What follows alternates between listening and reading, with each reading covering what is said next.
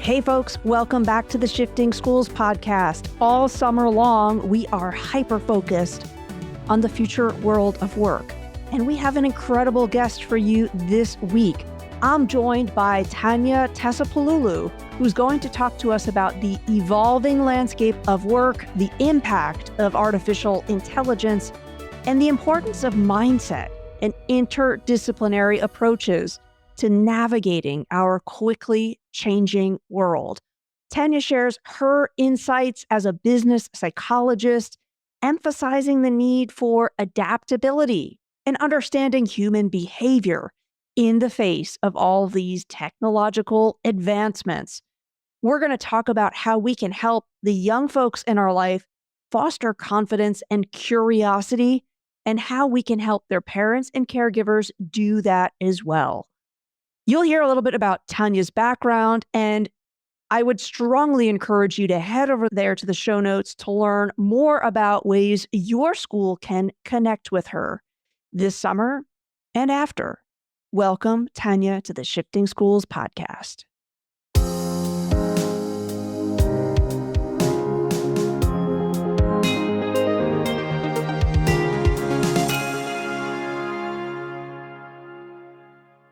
Tania, it's a joy to be speaking with you. You've had a lengthy career of helping others really think about what is around the bend, where the future world of work is headed.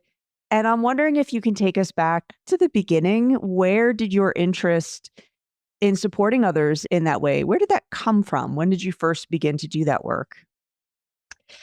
I think, first of all, thank you for inviting me to this, because discussing the future of work and future careers, it's very close to my heart, although I don't know where we're going. But you love thinking about it. Yes, I love thinking about it and discussing. So where it started, my whole career, I'm a business psychologist, and let's start from that. And for many years, I have been working in the area of human resources that is more strategic, that has to do on how you organize work, how you organize the structure of organizations, how you design the jobs and all that. I had to read a lot and see what's happening with any new design that comes up. Maybe it's good for our organization or not. So the part of looking at what's coming was part of my role throughout most of my career. Most of my career. So that's that. However, when did I start getting obsessed about it? When I realized that everything is changing, and now that has nothing to do with artificial intelligence. It's a decade now where new roles started appearing. I think it had to do with the digital part of our lives. So the gig economy started becoming bigger, and as organizations started to have more flexible structures, don't have to hire everyone. They can have a mix of a gig economy and full-time employees and outsourcing. So then things started to change. Then COVID came, and I think it proved to everyone that you can bring results from everywhere. So this idea that everybody has to go to work every morning just disappeared. And all of us were able to bring strategic changes just by working from home or working from everywhere. So that was another thing that had me thinking. And actually at that point, I changed the whole way where I was working. A whole group of people that had a very tough time to develop themselves because they were working throughout the working day. I changed the whole, making it digital, the learning experience, making it digital. They can do it anytime, etc.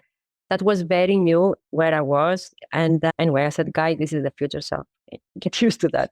And it actually was very successful. And then, of course, Generative AI came in November 2022. And this is when I decided that I need to work on that, because large language models and agentic AI, which is now the new big thing, are going to change the way we not only work, not only the jobs, the way we understand job, even the value that we give in the different tasks that up to now we thought they were important. The value change of the tasks is changing. So I think it is a combination of my background and the experiences and what is happening around the world But it fascinates me now. I think no one knows what's happening. And I think even a futurist would argue the point is not necessarily to predict or to forecast, but to do what you're doing and be insatiably curious about it and looking all over the place for Yeah. signs of like maybe what's shifting already. What comes to mind also just I have a few friends that they work 4-day work weeks now. And it's been really interesting to talk to them about what their boss will say in terms of we're doing this actually because we're seeing it's better for the business. And I think that's really interesting. I wonder how AI will play into that. Your point about COVID really forcing a shift and showing how maybe some of the systems were brittle and waiting for something to just crack them open. Tania, I wonder, since you are just looking all over the place, doing research, what is something that really excites you? Is there an industry or a career pathway, or if you could focus all of your research energy in one place right now, are you finding yourself saying, okay, I know I'm interested in this. I've got to pay attention to some other things too, but oh my goodness, I wish I could just spend all day reading about this. Yeah, it is artificial intelligence. I spend my whole day reading about this, understanding what is happening, what is coming, realizing what it means. And I think that's important actually. Although people believe that science is other biology, chemistry, physics, engineering, computer science, etc., they're growing. Of course, they are. However, I think for the first time in many decades, maybe centuries, parts like topics like philosophy, psychology are even more important because the knowledge will come through artificial intelligence. However, thinking about it, the meta thoughts, the meta skills that only if you have studied like a Renaissance man, you have studied everything, you have knowledge around the philosophical trends, psychology, and neurology, you understand how things work, then you are human. This is what I say to my son, for example, who is a teenager. And the reason that we're doing that is also because I'm very interested because of that, to do psychology. You're not going to work as a psychologist, but you need to understand human behavior because it drives how we're going to interact with technology. And at the end of the day, it will drive how technology will work for us. So philosophy also, I mean, actually reading about the philosophers, this type of thinking, basically look beyond the obvious. It will become more and more important because the obvious will be right there, easily accessible. So yes, I am very excited reading about all this. I'm right there with you because, and I love what you're saying about this strange thing that's happening where it's a huge advancement in technology, but yet we're seeing this massive resurgence in ethics, in philosophy, in the humanities. I'm not going to remember the name of the study, but listeners, I'll find it and I'll leave it in the show notes. This study was done. It was a university course where the professor said, any additional questions, you can send them to my TA. The TA will get back to you. The professor didn't tell the students that the TA was a chatbot. After the professor revealed it's a chatbot, the number of questions students asked surged. And the research was looking at how, for many of us, we're much more comfortable asking questions to a non-human entity, and that's going to have huge ramifications for learning. So I really love your point about we have to be thinking from a generalist standpoint and looking at this technology, not just through a STEM lens, but through a much, much broader lens. I know a lot of the conversation around AI and the workplace, at least maybe at a surface level, there's a lot of conversation around the things that will be automated. And this is something that we've seen with every new technology. Yeah. There are certain jobs that go away, but then there's also new jobs that come to the surface. What kind of questions are you getting about that? Are you hearing a lot of people say, we're terrified of all the jobs going away? Yeah. And what is your response to that? I'm actually leading the AI in business psychology in the Middle East. group here, and we did a survey. And yes, there's a lot of fear and resentment and negativity. People are afraid. And I've also heard that from students. My son said something to me a year ago that got me thinking, I'm going to become a doctor because I believe doctors will be here forever. I said, okay, you're not certain about that. Surgeons for sure. But doctors in general, we'll see. But 15 years old boy to say that means that it's something that it is discussed in the school. On the other hand, I'm a very positive person. Change was always there. Okay. So technology was always there. Who would have thought when I was at school that there's going to be a job that is called YouTuber? Correct? Influencer. Now Right. here in Dubai, we have even conferences about influencers. It is a job. Marketing has created jobs around this community. So change was always there and opportunities are opening up in the market. The thing is just to be open to that and ready for the change. So yes, there is a lot of fear. Biologically, we don't want to change. So there's a biology. We want to stay where we are, feel safer.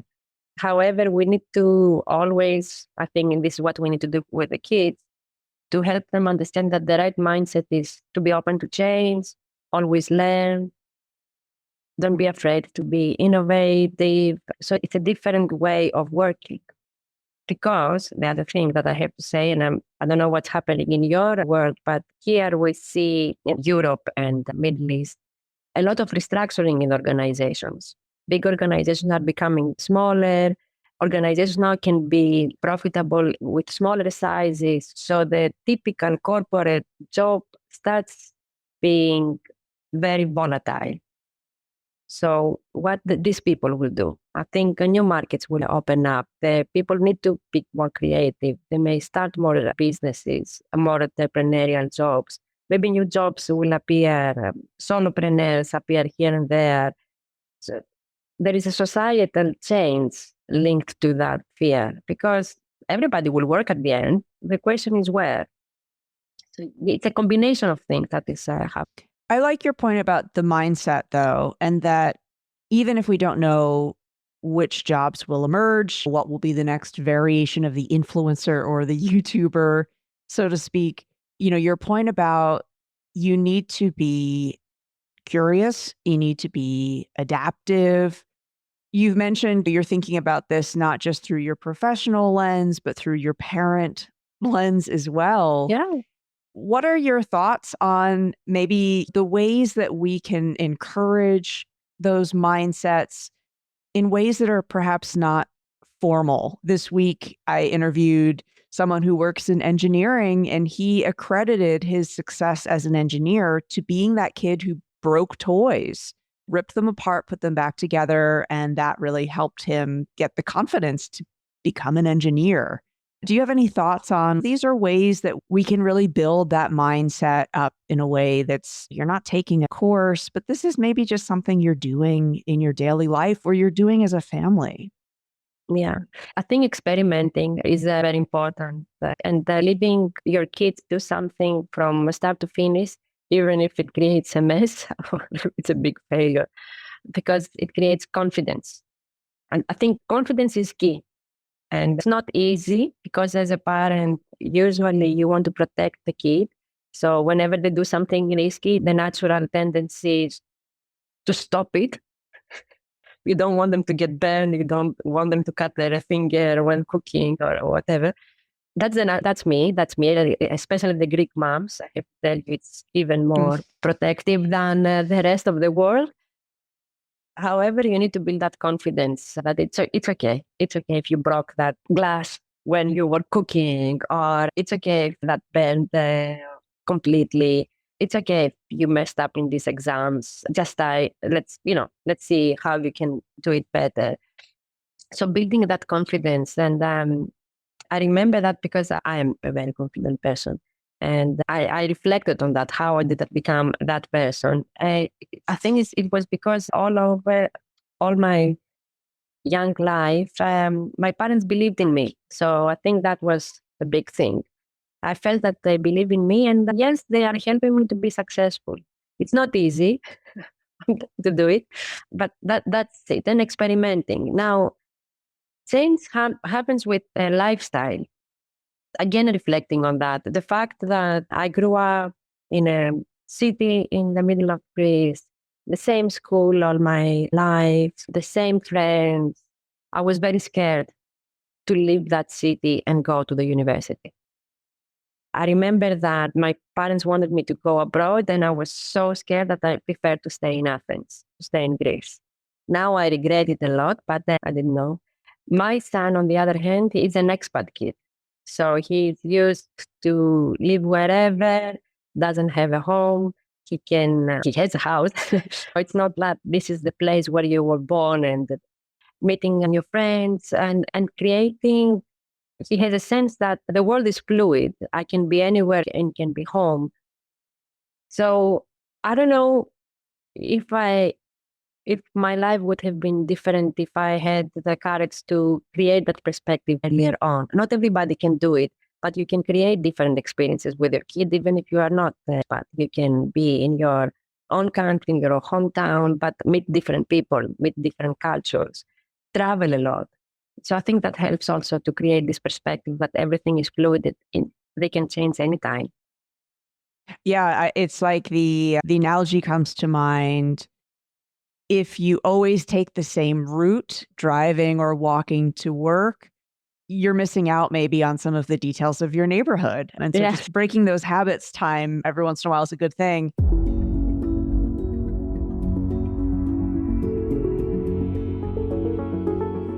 Let's be honest, sending students to a news site isn't working, but Newsreel meets them where they are. Designed like the apps they already love, Newsreel brings real journalism into the gamified, student-friendly format. They rack up streaks, take quick quizzes, and actually engage with world events. Teachers get insight too, with dashboards that track article reads and quiz results. Head to newsreel.co/shifting schools. That's NEWSREEL.co/shifting schools, all one word, and get free access just for being a listener. You get to download it, play with it, and get ready to understand how this might impact your coming school year. Again, that's newsreel.co/shifting schools. See the show notes for a direct link today. Tania, I wanted to ask you about your background in psychology, because as we started this conversation about how humanities are maybe going to become more important than ever before, I'm willing to bet that your psych background has helped you really think about technology, how it shifts the world, why it shifts the world. Can you just say a little bit more about, you maybe regretted not going away to university, but I'm going to assume you're very grateful that you have that foundation in psychology. Yeah. Can you say a little bit more about that? Yeah. I regret that I didn't go to London to study. I went to Athens. London was anyway, I didn't do it back then. So I went there for a master's degree. So yes, let me tell you that I have actually the first degree is major in psychology and minor in sociology. That also helped because all these changes create sociological pressures and the society changes. So it's a combination, as you said, humanities in general. They help you understand. I think what psychology helped me with, understanding human behavior is key. And understanding human behavior at a deeper level than a coach can tell you, etc. Understanding the theories, reading about it, looking at the patterns, understanding cognitive psychology. So how we have biases. The biases are everywhere. Understanding your own biases is also something very important. You learn to analyze yourself and your own patterns, your own behaviors. So looking at patterns helps you understand what's happening in the society. And looking at the behaviors can help you analyze what's happening with the technology. Let me clarify that. The large language models actually behave like a human brain. So understanding the human brain, which is part of the psychology, you have to go through that, will help you understand the neural networks, which is very technical. You don't have to understand the details, but you understand how they work, that they understand patterns. So then you can understand why they have hallucinations. Everybody's talking about hallucinations. We have hallucinations as people, as humans. We don't remember. We think we remember, but we actually don't remember. So knowing that, you understand why technology is doing that. You understand why it gives that answer. I don't know whether you read these articles that came up now, that they observed that the ChatGPT especially wants to please the human. So it creates answers to please the human. This is human behavior. And this is what excites me a lot. How much this technological thing for me, when I didn't know it existed just 3 years ago, is so much connected with my science. So I can understand why it does it. And it fascinates me the fact that humans build it and it behaves like a human. So it fascinates me. And then I take all this and I try to help people understand how to collaborate with technology, especially with agentic AI that is coming in. The organizations are so far behind, but it will hit them in a couple of years. Understanding that you're going to have now teams that are agentic AI and humans, and the leader needs to manage both technology and actually the leadership skills that make you a good leader, make you also a good user of technology. Mm-hmm. And there is some research going around that. So it is very linked. So yes, I think it helped me understand the technology better and what it can do, what it cannot do, and why it cannot do it. Yeah. And maybe also I would guess the way in which, as you said, there's some people that are thinking, I can ignore this for a little while. And you mentioned you really can't. Psychology helps you understand just how flawed our thinking can be and how resistant to change. I'm thinking like status quo bias comes to mind that, I really like how my life is right now. Therefore, I don't want to really dig into anything that's going to shift that. So I'm really glad that you brought this up because I think maybe it's a good reminder for those in education to make sure we're having a really interdisciplinary conversation about this moment, that we're not just seeing it as one that is technology only, but it is a moment, as you said, like for us to also better understand ourselves. I love what you said about it hallucinates, so do we. It's biased, so are we. It's biased because of our biases. Thank you so much for that. Listeners, I stumbled upon Tania on LinkedIn, so I'm going to link your profile there because you're doing fascinating work. And I think lots of people will need to continue this conversation of the future world of work is going to look different. It already is beginning to look different. And so let's just do what you do and get really curious about it. Thank you so much for your time today. Thank you, Tricia. Lovely to be here. Hey, folks. Thank you again for tuning into this week's episode. I want to let you know that if this conversation has you feeling curious about the future, you can join me for a free 45-minute webinar coming up July 17th. That's going to be at 8 a.m. MDT, 10 a.m. EST, or 3 p.m. GMT. That free 45-minute webinar, July 17th, is going to be exploring futures literacy to help us better understand emerging career pathways. Futures literacy is a huge passion of mine, and I will be showing you how you can use it to better imagine multiple futures. We will dig into existing signals. These are clues about where the future world of work might be headed. And we'll also dig into some of the trends. These are evidence-backed pieces of research that show us something is shifting. If you'd like to join me for that free 45-minute webinar, you can register at www.shiftingschools.com. Hope to see you July 17th. Hey there, dedicated listener. If you've made it this far, we know you're passionate about shifting the way education works. And Tricia and I appreciate you. If you loved what you heard today, we'd be so grateful if you could take a moment to rate and review Shifting Schools wherever you listen to podcasts. Those ratings help us reach even more educators just like you. And if you know someone who could benefit from these conversations, please share this episode with them. Just one person. Think of the impact we can make together. Don't forget to sign up for our newsletter for even more great content. And if you haven't already, join us at Camp Shifting Schools, where the conversations keep going long after the podcasts end. Thank you for being a part of this journey, and thank you for being part of Shifting Schools.